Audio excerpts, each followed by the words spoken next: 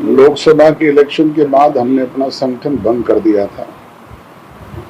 अब नए सिरे से नई जिम्मेवारियां दी गई है और बाकी का संगठन भी साथ साथ और बना रहे हैं, जिसमें राष्ट्रीय कार्यकारिणी भी, प्रदेश कार्यकारिणी भी, प्रदेश के दूसरे पदाधिकारी भी, निरंतर आपके सामने लिस्ट आती जाएगी।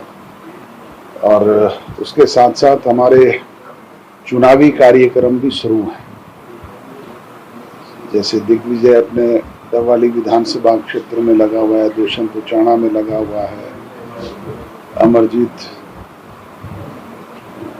चुलाना में लगा हुआ है, राजदीप दादरी में लगा हुआ है। इस तरीके से हमने लगभग 20 ऐसे प्रत्याशी पहले से छांट करके उनको अपना काम सौंप रखा है। वो अपने अपने क्षेत्र में काम लगे हुए हैं।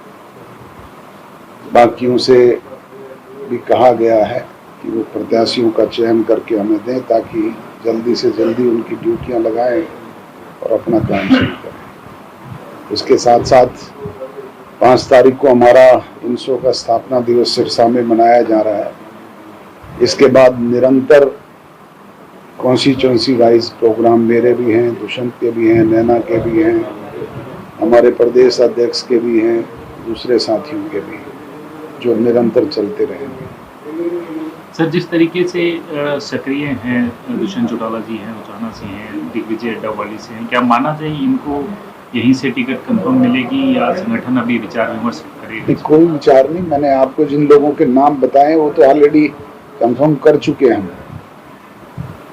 जो 4 नाम आपके सामने मैंने एक्सप्लेन किए हैं, अमरजीत ढांडा का, दुष्यंत का, दिग्विजय का और राजदीप फोगाट का, इसी तरीके से अटेली में हमारे प्रत्याशी होंगे तो उनके लिए भी जल्दी घोषणा कर दी जाएगी। इस तरीके से निरंतर कार्यक्रम चलते रहेंगे। सर, कांग्रेस पार्टी भी लगातार चुनाव प्रचार कर रही है। दीपेंद्र हुड्डा है, वो अलग से कार्यक्रम कर रही हैं, शैलजा अलग से कार्यक्रम कर रही हैं। क्या लगता है? हर पॉलिटिकल पार्टी अपने अपने काम में लगी हुई है। सारे राजनीतिक दल तैयारियां कर रहे हैं, चुनाव के दौरान करते ही हैं। बीजेपी कांग्रेस पहले अपना संगठन तो बना ले। आज तक तो 11 साल में जो राजनीतिक दल अपना संगठन ही नहीं बनाया, जूतियों में खीर बट रही है। अब भी रोजाना अखबारों में पढ़ते तो हैं कि आज लिस्ट जारी हो रही है, कल जारी हो रही है, पर ये सुनते सुनते कान पक्के आपके भी हमारे भी, कब होगी न जाने पता। सर, बीजेपी भी शंखनाद करने जा रही है।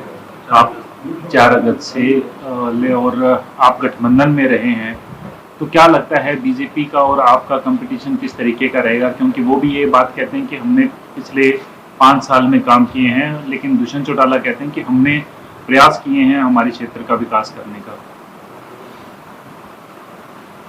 जिसने जो किया है वो जनता के सामने है। हमने जो पीछे चुनाव घोषणा पत्र अपना जारी किया था, उसमें से 90% चुनावी वायदों को कानूनी रूप से हरियाणा प्रदेश में विधानसभा में अमली जामा पहनाने का काम किया है और उनको लागू किया है। आज उसका क्रेडिट भाजपा ले तो ये चुनाव से पहले कहाँ गए थे? आज ये उन चीज़ों को कभी पंचायत के अधिकार बढ़ाने की बात करते हैं, कभी बैकवर्ड क्लासेस के कोटे में से कोटा देने की बात करते हैं, कभी क्रीमी लेयर में उनकी बढ़ोतरी की बात करते हैं। तो ये सब लोगों की आंखों में धूल झोंकने का प्रयास किया जा रहा है। डॉक्टर साहब, क्या लगता है गठबंधन जिस तरह से टूटा, उसके बाद किस तरह से देखते हैं, क्या समीकरण देखते हैं? ये तो फैसला प्रजातंत्र में जनता करती है। लोकसभा का चुनाव डिफरेंट था। लोकसभा का चुनाव तो 2 ही इशू पे था, एंटी मोदी और मोदी के पक्ष में। जो एंटी मोदी लोग थे, खासतौर पे किसान कम्युनिटी के लोग और SC कम्युनिटी के लोग और माइनॉरिटी के लोग, उन्होंने पूरी तौर पे उनको नकारने का काम किया और उसके परिणाम आपके सामने हैं। और आज भी वही गुस्सा उन लोगों के अंदर है। उसका खामियाजा कहीं ना कहीं हमें भी भुगतना पड़ा। विधानसभा में किस तरह से देखते हैं बीजेपी की परफॉर्मेंस?